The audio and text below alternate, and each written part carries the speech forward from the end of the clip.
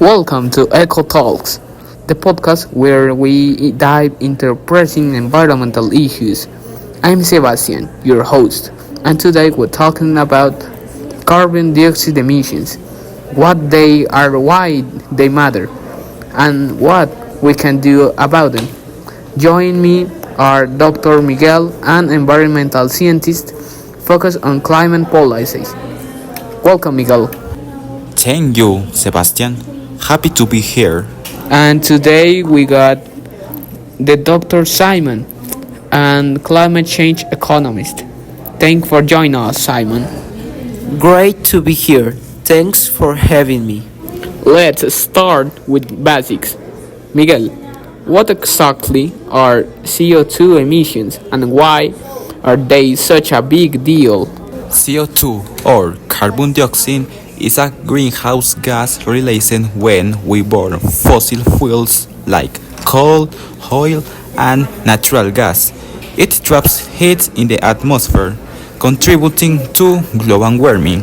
The more CO2 we emit, the more the Earth's temperature rises, disrupting ecosystems and weather patterns. So it's like wrapping the planet in a thicker and a thicker blanket, making it harder for heat to escape. Exactly, and that warming triggers other changes, like melting ice caps and rising sea levels, which creates a domino effect across the planet. Simon, what about the economy side of things? How do rising emissions affect economies? Great question. As temperatures rise, we see more extreme weather events, hurricanes, floods, droughts, which damage infrastructure and disrupt agriculture.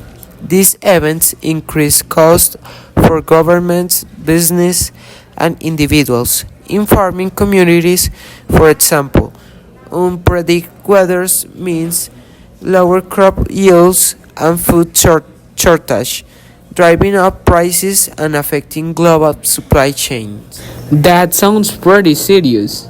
Miguel, what are the main sources of CO2 emissions? The biggest contributors are energy, production, transportation, industry, and deforestation. Burning fossil fuels for electricity and heat is the largest source globally. Transportation, cars, planes, ships also plays a huge role. Then you have industries like cement and steel production, which are very energy intensive. And deforestation is a double hit because trees absorb CO2, so cutting them down both reduces our carbon sinks and releases the carbon stored in those trees. And Simon, are governments doing anything to incentive companies to cut emissions or not? Yes, quite a few measures are being used. One major tool is carbon pricing, either through carbon taxes or cap and trade systems. The idea is to make companies pay for the CO2 they emit, pushing them to adopt cleaner technologies. This not only reduces emission but also drives innovation. For example, some companies are investing in energy efficiency and renewable energy to lower their carbon cost. Exactly, reducing emissions can actually be a catalyst for economic development, pushing Countries are increasingly investing in renewable energy, like solar, wind, and hydropower. Improving energy efficiency is another key step. Things like better insulation in buildings, smarter energy grids, and more efficient appliances. Public transport is also crucial, reducing the needs for individual car trips. On a larger scale, international agreements like the Paris Accord aim to unite countries in limiting global warming to well below 2 degrees and ideally 1.5 degrees. Simon, is it real possible to reduce emissions without hurting economic growth or not? Absolutely. In fact, shifting toward greener economies can create opportunities. Investing in renewable energy, electric vehicles, and sustainable infrastructure creates jobs and fosters new industries. The key is transitioning smoothly, ensuring that workers in carbon intensive sectors are supported with retraining and new job opportunities. It's about balancing economy and economic prosperity with environmental responsibility. So, it's not possible just about cutting emissions, but transforming the way we grow and innovate. Exactly. Reducing emissions can actually be a catalyst for economic development, pushing countries to lead in emerging green technologies. Is a shift in mindset from seeing climate action as a cost to recognizing it as an investment in the future. Individuals can make a difference too. Small changes add up. Things like reducing energy use, cutting down on single use plastics, using public transport, or supporting sustainable businesses.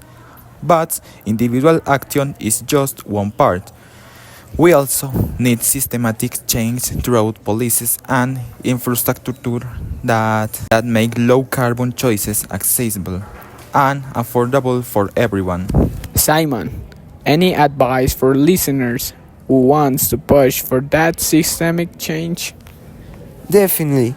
Get involved in your community, advocate for policies that support renewable energy and sustainable development. Vote for leaders who prioritize climate action and don't underestimate the power of conversation. Raising awareness and discussing these issues is crucial for driving broader change. Powerful advice. Before we wrap up, any final thoughts? I just say that while the challenges is enormous, the solutions are within reach.